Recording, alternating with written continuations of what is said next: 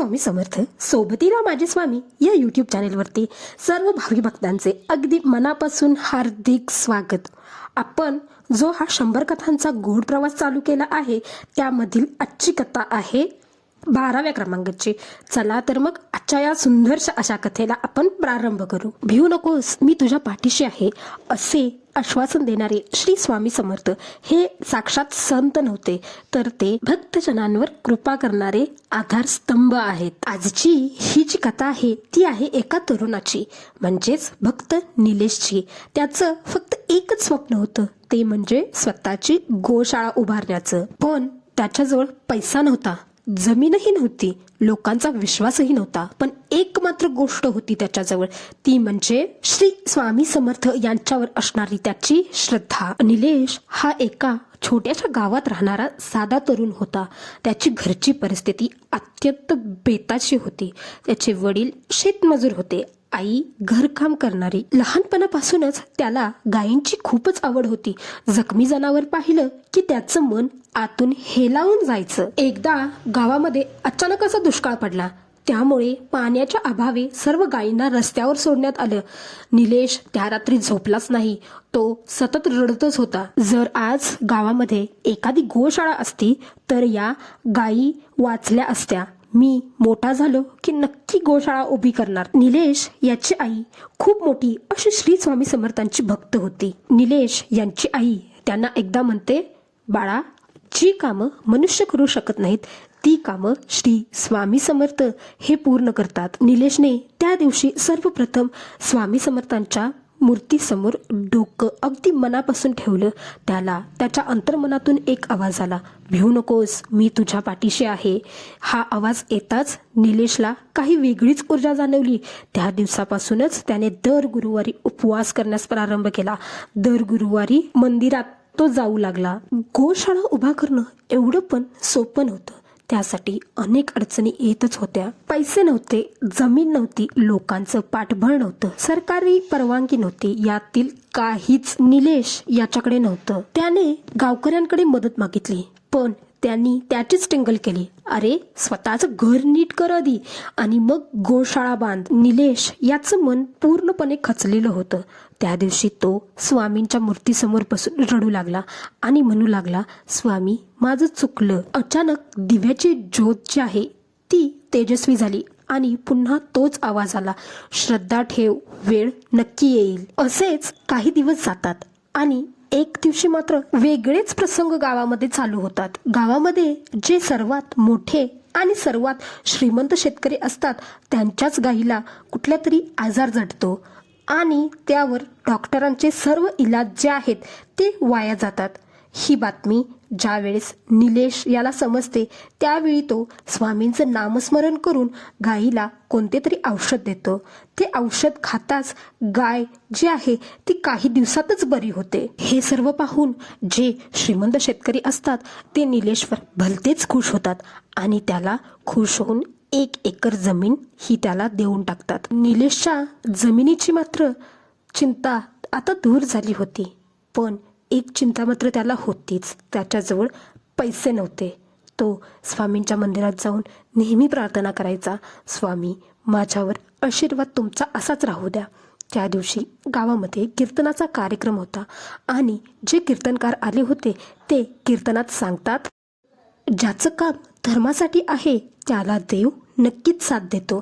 याच कीर्तनाच्या कार्यक्रमामध्ये निलेशने आपल्या गोशाळेचा संकल्प जो आहे तो जाहीर करतो। हळूहळू लोक त्याला मदत करू लागले। कोणी पैसे दिले, कोणी सिमेंट दिलं, कोणी लोखंड दिलं। या पद्धतीनं लोक त्याच्यावर विश्वास ठेवू लागले। हे पहिल्यांदाच असं घडत होतं की गावातले सर्व लोक एकत्र येऊन काहीतरी सेवा करत होते। गोशाळेचं काम चालू झालं होतं, पण तोंडावर पावसाळा आला होता। अचानकच अवकाळी पाऊस इतका जोरात पडला की त्यामुळे जे बांधकाम झालं होतं ते पूर्णपणे जमीनदोस्त झालं, म्हणजेच ज्या भिंती होत्या त्या पूर्णपणे पडून गेल्या। निलेश जो आहे तो पूर्णपणे खचून गेला होता। तो आता हे सर्व थांबवण्याचा विचार करतच होता, पण त्याच वेळी त्याचे आई बाबा असं म्हणतात, तू एकदा अक्कलकोटला का नाही जाऊन ये। त्याला त्याच्या आई बाबांचं म्हणणं पूर्णपणे पटतं आणि तो अक्कलकोटला निघतो अक्कलकोटला पोचल्यानंतर तो स्वामींच्या समाधीसमोर बसतो. स्वामी, आता शक्ती नाही उरली. आता हे सर्व थांबवण्याची इच्छा होत आहे. निलेश जो आहे तो त्या रात्री अक्कलकोटमध्येच राहिला आणि त्याला एक चमत्कारिक असं स्वप्न पडतं. त्याला असं दिसतं की त्याला कोणीतरी सांगत आहे, तू पुन्हा सुरुवात कर, मी तुझ्या पाठीशी आहे. निलेश आता गावी जायला निघतो.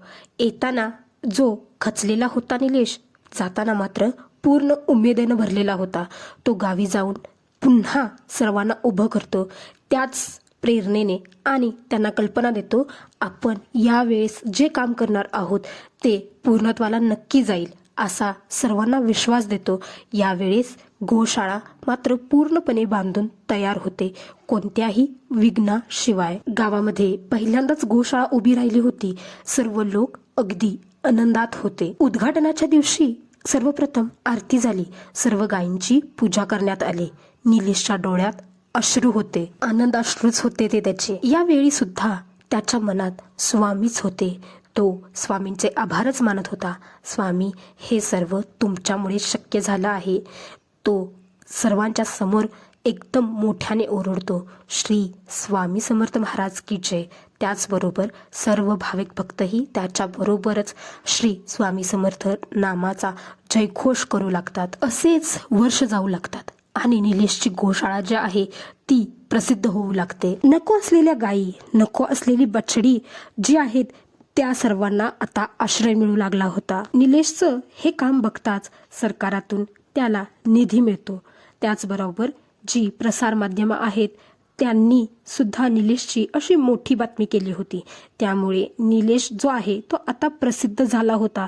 पण प्रसिद्धी मिळाली म्हणून त्याने त्याचा नम्रपणा काही सोडला नव्हता. एका मुलाखतीत त्याला एक असा प्रश्न विचारतात, तुमच्या या यशाचं रहस्य काय आहे? त्यावर निलेश हसत हसतच उत्तर देतो आणि म्हणतो, श्रद्धा आणि सेवा.